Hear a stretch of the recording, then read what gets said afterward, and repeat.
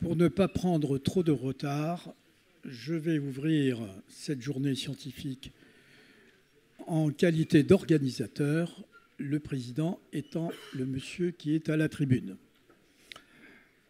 Pour ce qui me concerne, nous suivons notre Assemblée générale et nous avons simplement dit que cette année était magnifique puisque tous les astres sont alignés dans la bonne direction. Nos deux principales préoccupations sont en train d'être réglées, ne sont pas réglées complètement. La mère de toutes les batailles, qui est le dépistage, puisque la lumière est venue de l'Europe et nous sommes en train de prendre conscience. Le professeur Custot va nous en parler et moi, je vous donnerai mon petit sentiment de patient et d'association de patients. Le deuxième astre qui brille, c'est le recul de l'échec thérapeutique avec l'émergence d'un traitement que je qualifie de révolutionnaire, qui est la RIV. Nous en parlerons également avec une médecin spécialiste. Mais immédiatement, pour ne pas perdre de temps, je laisse la parole au président de notre conseil scientifique, le professeur Olivier Cusneau. Merci Roland.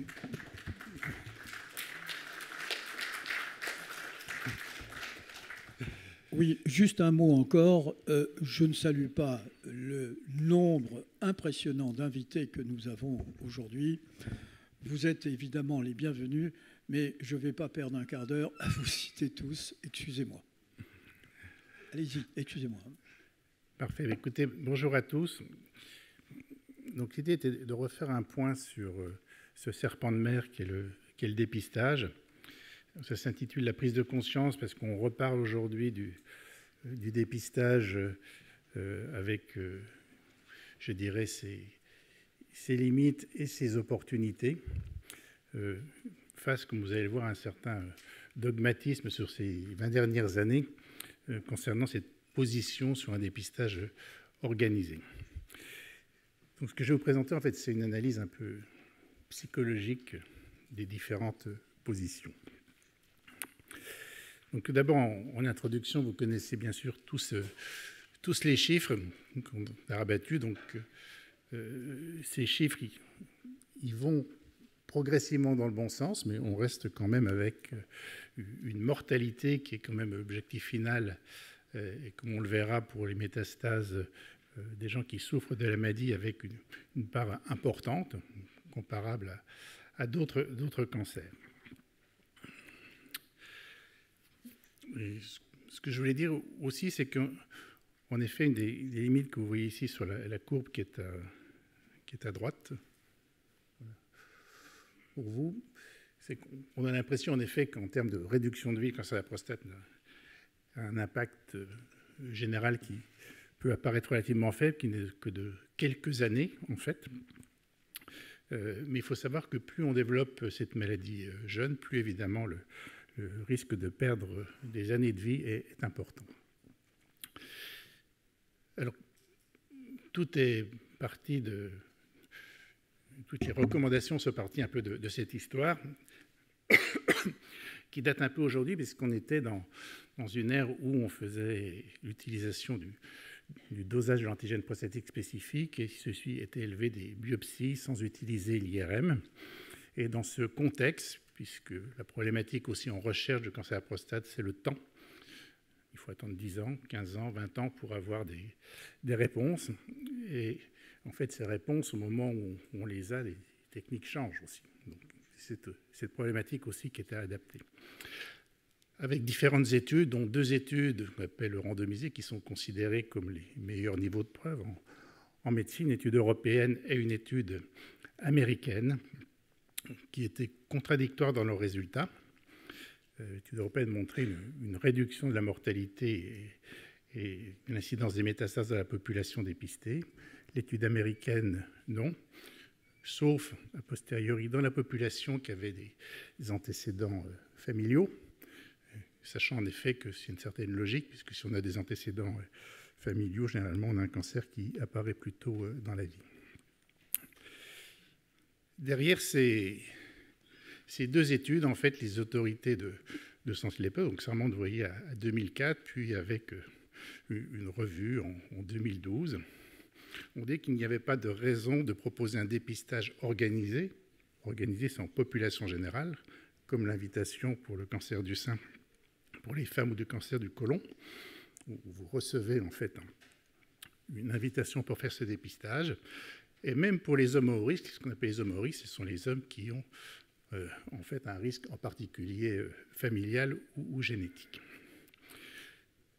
Ça, c'est très, très particulier puisque on peut comprendre que le bénéfice, qu'on va le voir sur les chiffres, ne soit pas forcément très important pour les autorités de santé en disant il faut dépister 1000 hommes pour en sauver un et vous risquez d'exposer en fait au moins une vingtaine à un surtraitement. C'est d'avoir ajouté qu'il fallait quand même recommander le dépistage individuel pour les personnes qui avaient des symptômes urinaires. Alors je dis pourquoi c'est bizarre, parce qu'en fait, comme vous voyez, ça va à l'encontre du simple calcul mathématique. C'est le calcul mathématique quand on regarde la pertinence d'un test qui est le PSA, qui est celui qui donc n'est pas recommandé par les autorités de santé. Eh bien, si vous avez des hommes à haut risque, forcément, la valeur prédictive et l'intérêt du PSA est plus important. Et là, on ne le retrouve pas. On me dirait peut-être qu'ils ont considéré qu'il n'était pas assez important. Mais de la même manière, mathématiquement, si vous regardez les gens qui ont des symptômes urinaires, comme là, les troubles urinaires sont très fréquents chez l'homme, indépendamment du cancer à la prostate, c'est là où le PSA, en fait, ne sert à rien, et c'est là qu'on vous le recommande. Donc, il y a cette antinomie dans les recommandations qui, depuis le début, finalement, est assez choquante. Alors, pourquoi par rapport aux autres cancers ? Vous savez qu'aujourd'hui, il y a une réflexion qui est faite si le cancer du côlon est dépisté, aussi pour le poumon, et puis à l'opposé, la prostate, dans le sens où, pour le poumon, jusqu'ici, on disait, même si on le dépiste, on ne va pas changer la mortalité parce que c'est un cancer trop grave. Donc pourquoi le dépistage attend d'avoir un meilleur traitement ? Et quand c'est la prostate, c'est ce grand différentiel entre les cas diagnostiqués et les cas qui risquent, qui ont une valeur de mortalité, on va dire, agressif, qui était importante. Mais cela dit, si vous regardez les chiffres absolus, il y a quand même autant de morts par cancer de la prostate que par cancer du côlon, à peu près. Alors, la question est aussi de savoir pourquoi les autorités de santé ont choisi plus l'étude américaine que l'étude européenne. Là, je n'ai pas de réponse dans leur choix. La deuxième question, c'est de savoir pourquoi proposer un dépistage individuel en disant chez les hommes symptomatiques, il faut quand même le faire, alors que c'est la situation où le PSA est le moins efficace, en fait. Et c'est là où c'est aussi coûteux, en fait, quand on regarde les chiffres. Probablement pour se protéger, où le médecin est un peu le fusible, c'est-à-dire que, comme tous les hommes ont potentiellement des symptômes, ou même s'ils demandent le PSA, ça peut être considéré comme un symptôme, et si on leur refuse, c'est le médecin qui va être en tort et non pas l'autorité de santé. Enfin, c'est une des explications que je peux voir pour comprendre en fait cette antinomie. La deuxième chose, c'est pourquoi est-ce que ça n'a pas été révisé ? Depuis 10 ans, on sait que l'étude PLCO américaine, ce n'était pas celle qu'il fallait choisir parce qu'elle avait un certain nombre de biais, en particulier le bras considéré comme non dépisté. En fait, les hommes allaient se faire dépister en dehors de l'étude. Du coup, ils étaient informés, en fait, concernant la prostate. Ce qui explique en grande partie la faible différence. Mais en fait, la recommandation, même en sachant ça, n'a pas basculé sur un nouveau regard sur la suite de l'étude européenne qui aurait pu faire balancer. Alors, que disent les urologues ? Les urologues, ils sont dans ce cadre-là, c'est-à-dire qu'ils vous recommandent le dépistage, mais individuel. C'est-à-dire, après information, pour les hommes qui vont potentiellement au risque, on peut proposer un dépistage, mais ce n'est pas un dépistage organisé. Il faut qu'il y ait un dialogue déjà entre le médecin. Ce n'est pas, entre guillemets, l'assurance maladie qui vous organise en fait et qui vous informe pour une population générale. Donc ça regroupe, je dirais, les personnes les mieux informées ou qui prennent soin de leur santé. Alors, comment ça se déroule aujourd'hui? Donc, je passerai assez vite sur ça parce que vous connaissez tous. Bon, ce qui a changé, c'est que ça peut s'adresser aux hommes entre 45 et 75 ans. Ce qui est important de savoir s'il y a des facteurs de risque particuliers, en particulier l'histoire familiale, donc facteurs génétiques. Les troubles urinaires, on l'a vu, et le prostate, ont leur importance pour interpréter individuellement le dosage du PSA. En effet, si vous avez des troubles, une grosse prostate, la valeur prédictive de votre PSA n'est pas bonne, donc il faut en tenir compte. Et puis, il faut aussi expliquer les inconvénients et les avantages, c'est-à-dire anticiper potentiellement le non-traitement, c'est-à-dire la surveillance active. Comme on va le voir, beaucoup de cancers, en fait, ne justifient pas de traitement. Si vous n'en parlez pas au moment du dépistage, en fait, quand la personne, s'il est diagnostiqué qu'un cancer, qui vous allez dire, ben non, on va le surveiller, ça va être beaucoup plus difficile, en fait, sur son plan de l'anxiété, de lui faire comprendre qu'on peut trouver des cancers qui sont des petits cancers qu'on a parfaitement le temps de surveiller parce qu'il n'y en aura que peut-être 10 ou 20% seulement de ceux-ci qui vont progresser. Donc aujourd'hui, ça se passe avec le dosage du PSA. Si celui est trop élevé, on réalise une IRM. L'IRM a changé les choses puisqu'on fait évidemment moins de biopsies. On ne fait les biopsies que si on aperçoit en fait une lésion. Et si on n'aperçoit pas de lésion à l'IRM, un des critères en particulier, donc on peut apprécier aussi que l'IRM, c'est le volume de la prostate, qui permet d'apprécier la validité du PSA en fonction du volume de cette prostate, comme on l'a dit, et qui peut justifier quand même des biopsies. L'IRM aujourd'hui a changé, donc est un élément de deuxième intention derrière le PSA. La question qui reste est comment potentiellement l'implémenter à l'échelle d'une population pour faire du dépistage organisé, puisque aujourd'hui, on reste dans ce circuit de dépistage individuel. Alors, un petit peu en résumé, ce qu'on sait, c'est que le dépistage, il réduit quand même de 20% la mortalité par cancer, 50% pour les métastases, et la mortalité a même une réduction de 50% si vous avez des antécédents familiaux. Donc il y a un véritable intérêt en cas d'antécédents familiaux, de facteurs génétiques, mais déjà de débuter le dépistage plus vite, à 45 ans plutôt qu'à 50 ans, en adaptant le taux du PSA.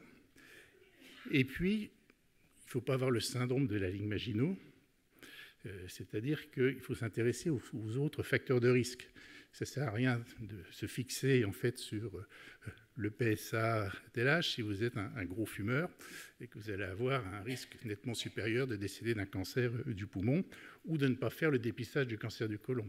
Si vous faites une démarche de prévention, ça doit être une démarche de prévention globale et qui inclut, bien sûr, le cancer de la prostate. Et je déborde même les cancers. Hein. Le risque cardiovasculaire, évidemment, fait partie de ça également. Alors, quel est l'état des lieux un petit peu aujourd'hui? Et pourquoi est-ce qu'il y a une espèce de remise en cause du non-dépistage dans les différents pays en Europe, mais aussi aux États-Unis? Parce que depuis ces dernières années, on voit une recrudescence, une augmentation du nombre de cancers diagnostiqués à des formes plus avancées, qui ont été attribués en partie à l'absence de dépistage.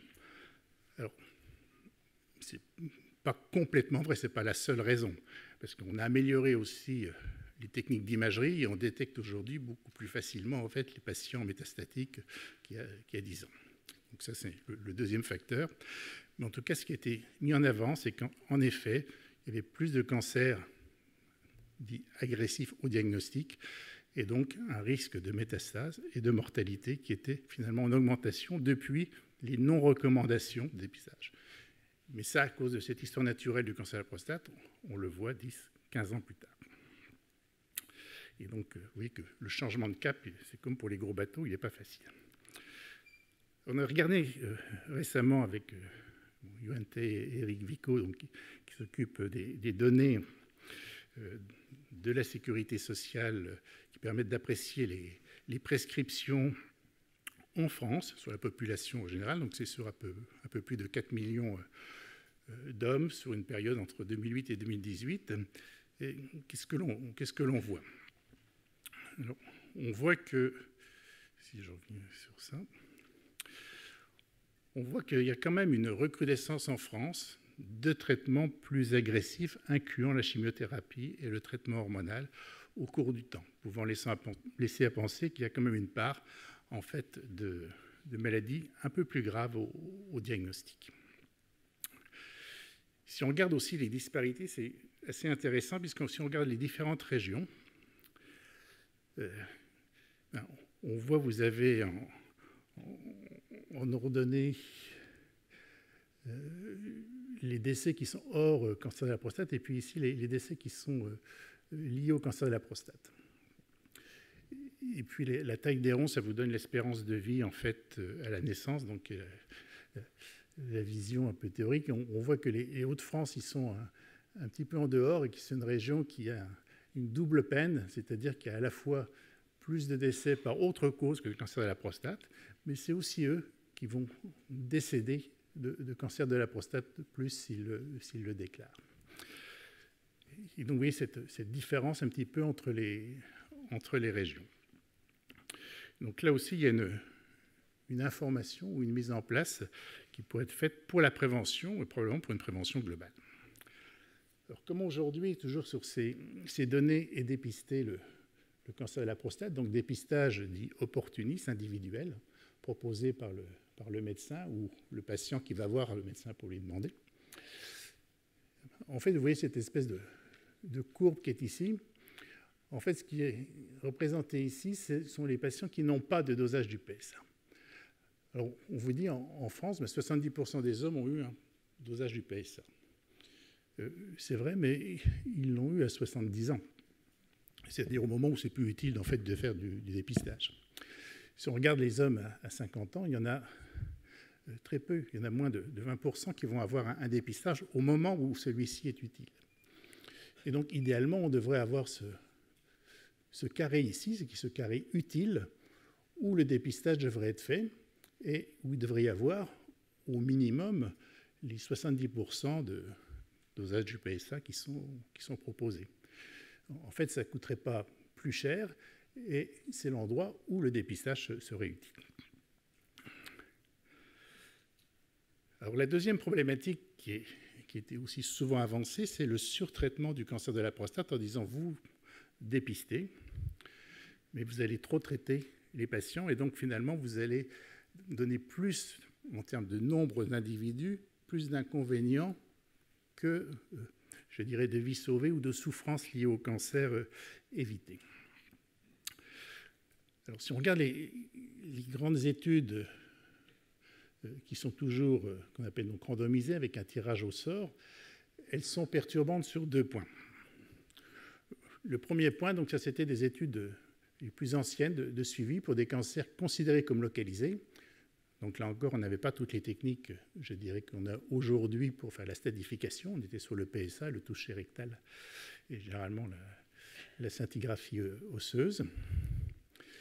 Et on s'aperçoit quand même, en termes de mortalité, vous voyez qu'il y a une grande partie des patients chez qui il ne se passait rien à 15, 20 ans, environ 70%, donc potentiellement un lot de 70% de personnes diagnostiquées un cancer localisé qui ne justifiait pas le traitement, mais qui allaient avoir les inconvénients urinaires ou les inconvénients évidemment sexuels. Ce qui est le plus perturbant aussi sur ces courbes, c'est qu'il y a des gens évidemment qui meurent de leur cancer de la prostate, mais il y en a quasiment autant dans le groupe traité que dans le groupe non traité. Donc ça sous-tend en fait que ces patients-là, c'était des faux cancers localisés au départ, puisque même si on a enlevé la prostate, en fait, la maladie a continué d'évoluer. Et donc, c'est lié à une mauvaise stadification, si on ne veut pas dire que c'est lié, en fait, à une inefficacité pour ces patients-là, finalement, du traitement radical local. Alors, l'étude la plus récente qui a comparé la surveillance active, la radiothérapie, la prostatectomie, finalement confirme ces éléments-là, donc qui a été publié l'an dernier. Il s'appelle l'étude PROTECT. Elle montre, pour les patients sur surveillance active, une très légère augmentation de stade métastatique, mais qui reste minime et non significative. Et puis elle montre surtout, comme vous le voyez, une grande proportion de patients pour lesquels il ne se passe rien, en tout cas en termes de mortalité à 15 ans. En fait, il n'y a pas de différence entre la surveillance active pour ces patients considérés comme cancer localisé, la radiothérapie ou la prostatectomie. Elle met surtout en exergue, comme on vient de le citer, en fait, que les maladies sont hétérogènes et que finalement le sous-groupe aujourd'hui qui va décéder, qui va développer des métastases, ben en fait c'est un sous-groupe qui était présent et que l'on a mal classé, qu'on a considéré comme localisé alors qu'il n'était pas. Si on regarde ce qui se fait en France on n'a pas 70% de surveillance active pour les cancers localisés. On a environ 12% et environ 2%, entre 2 et 5% pour les hommes qui sont en âge d'avoir un traitement radical. Donc on est bien loin encore d'appliquer les recommandations relativement récentes de prise en charge des cancers localisés à faible risque évolutif. Alors cette limite est liée aussi à un certain nombre de choses. Il y a eu beaucoup de progrès.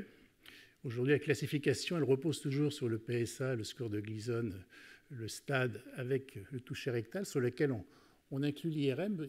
Aujourd'hui, l'IRM, en fait, elle est utilisée, mais elle n'est pas vraiment codifiée encore dans une nouvelle classification. Et puis, il y a d'autres paramètres qui sont apparus. Et, par exemple, en Angleterre, il a été développé des calculateurs de risque qui vous donnent un petit peu le bénéfice du traitement. Et on s'aperçoit que pour les cancers localisés, le bénéfice du traitement, il varie entre 2 et 6%. Donc, il n'est pas forcément évident. Et c'est recommandé par les autorités de santé en Angleterre que les médecins discutent du bénéfice par rapport aux inconvénients en utilisant ce type de calculateur, parce que le calculateur, lui, en fait, il est impartial. Voilà. Il était établi sur un grand nombre de patients, mais il est dépourvu, je dirais, de subjectivité. Du moins aujourd'hui, en attendant les nouvelles intelligences artificielles.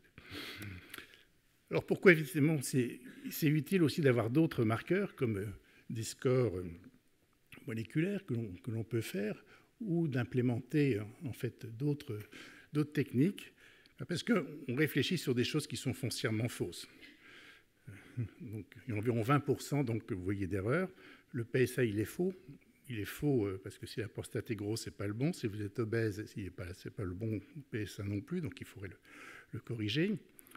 Le toucher rectal, ça dépend de la profondeur de la tumeur, de sa taille.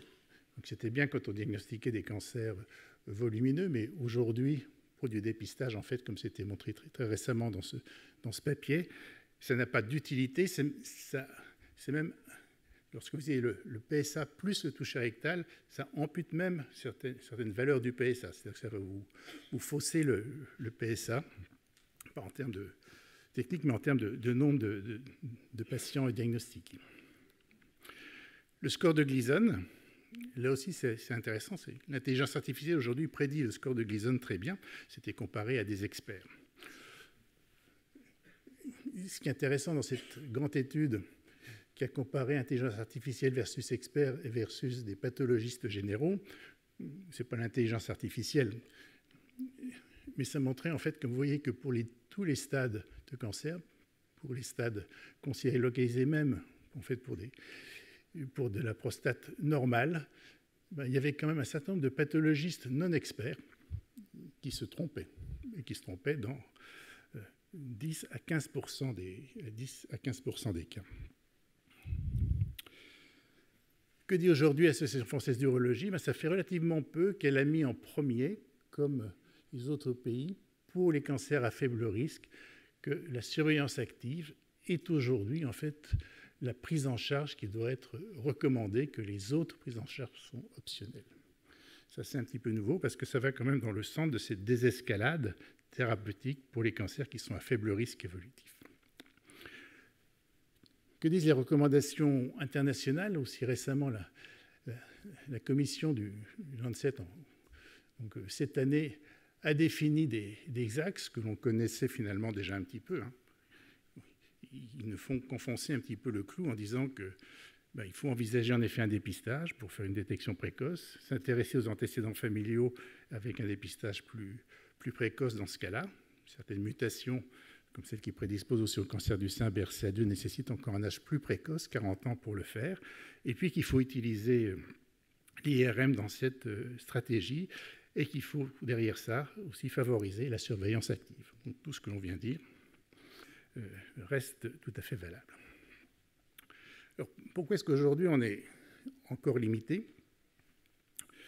Il y a différents marqueurs qui ont évolué ces dernières années, soit dans les urines, soit dans le sang, que vous avez pu voir. Il y en a qui sont performants, mais non applicables en population générale. Pourquoi non applicables? Parce qu'ils coûtent trop cher, en fait. On peut bien le diagnostic, mais précoces, ils sont trop chers. L'IRM est très intéressante aussi. L'IRM est un bon candidat pour faire du dépistage. Le problème, c'est qu'en France, il y a aujourd'hui un peu plus de 1000 IRM. Vous ne pouvez pas faire un dépistage organisé comme pour le cancer du sein avec le parc d'IRM. Donc, il faut un marqueur. Et un des objectifs aujourd'hui, c'est de trouver ce marqueur idéal, c'est-à-dire celui qui est accessible, c'est-à-dire pas trop cher pour la population générale et pas comme l'IRM où il n'y a pas en fait l'accessibilité, qui ne soit pas invasif, c'est-à-dire qu'il soit au pire une prise de sang, et puis qu'il soit effectif. Alors, vous voyez que le PSA il est un peu intermédiaire entre les deux parce qu'il n'est pas très efficient, mais il n'est pas très cher, donc idéalement, on voudrait trouver un nouveau marqueur qui soit là. Alors, quelles actions? Roland Muntz va vous le dire, l'Europe a pris cette conscience, en effet, pour un certain nombre de cancers, de dire qu'il fallait revoir la copie et se reconsidérer le dépistage organisé. Alors, les Anglais ont lancé un grand programme. Ce grand programme, en fait, fait changer puisqu'il prend en compte le PSA, les facteurs génétiques, mais aussi en aval, les traitements focaux, c'est-à-dire non radicaux. Donc, je passe un tout petit peu sur les bras. L'ambition, pour eux, elle est à 10 ans. Et elle est à 10 ans avec, ce qui est important, 3 bras qui veulent évaluer, qui sont le PSA à différents stades avec l'IRM derrière, l'IRM toute seule, et puis la génétique avec l'IRM pour stratifier les patients, pour peut-être ne dépister que les hommes qui sont à haut risque. La France, un petit peu du bout des doigts, a lancé un programme d'action intégrée, donc qui sera à partir de 2025, en disant on veut s'intéresser en fait également au dépistage et au fait de mieux stratifier les cancers agressifs et éventuellement avoir une désescalade ou une surescalade en fait du traitement en fonction de l'agressivité au départ. La France, j'ai dit du bout des doigts parce qu'en fait, elle a fait changer par rapport à l'Europe le terme organisé par optimisation. C'est-à-dire qu'actuellement, elle n'envisage pas en fait des programmes d'organisation sur la population générale, mais d'optimiser peut-être certains outils pour faire ce dépistage. Donc, je passe sur ces grands axes. Donc, avant de donner la parole à Roland, je crois qu'aujourd'hui, on a un petit peu là. L'objectif, c'est d'arrêter de ne pas dépister pour de mauvaises raisons, qui sont peut-être des raisons de santé publique politique, mais aussi d'arrêter de dépister pour de mauvaises raisons, c'est-à-dire pour surtraiter les patients. Et l'idéal, et je pense que je me suivrai avec vous sur ça, que ce qu'on voudrait, c'est dépister et traiter pour de bonnes raisons les patients. Alors aujourd'hui, il y a différentes options qui sont faites. On a vu que les Anglais s'y intéressaient. Une des options, c'est d'identifier les patients qui ont vraiment besoin d'être dépistés, parce qu'on a vu que, en particulier, l'histoire familiale, et aujourd'hui on a la génétique, ça permet de réduire foncièrement dans cette population, en fait, mortalité et métastases par cancer. On a des moyens, aujourd'hui aussi, qui existent d'éviter de surtraiter les cancers indolents. Et puis qu'il y a des options qui se mettent en place de traitements alternatifs, comme les traitements focaux ou des prises en charge de prévention, mais qui vont être des préventions ciblées sur des marqueurs moléculaires qui, jusqu'aujourd'hui, n'étaient pas connus, mais qu'on commence maintenant à connaître. Alors, on reste dans cette configuration aujourd'hui, et je terminerai sur ça, qui est d'avoir ces deux entités, une entité du dépistage organisé qui n'est toujours pas validée, mais pour lequel il y a une réflexion avec l'information du patient qui irait directement de l'assurance maladie, comme vous le recevez pour le côlon ou pour le sein pour les femmes, le PSA, et puis s'il est anormal, dans le circuit médecin traitant, urologue et radiologue, puisque ça inclut forcément l'IRM. Et puis aujourd'hui, le circuit qui existe, hein, mais comme vous voyez, le point d'entrée, le patient, ça dépend de son médecin traitant ou de son urologue qui va lui proposer le dosage du PSA. Donc il y a un grand nombre d'hommes, et c'est ce qu'on a vu sur ces courbes en fait, de la population générale en France, certes 70% dépistés mais à 70 ans, mais moins de 20% dépistés à 50 ans alors que c'est utile. Et donc l'enjeu, il est vraiment déjà aujourd'hui, s'il y a une optimisation, de passer de là à là. Voilà, je vous remercie. Et puis Roland va vous donner son point de vue sur la question.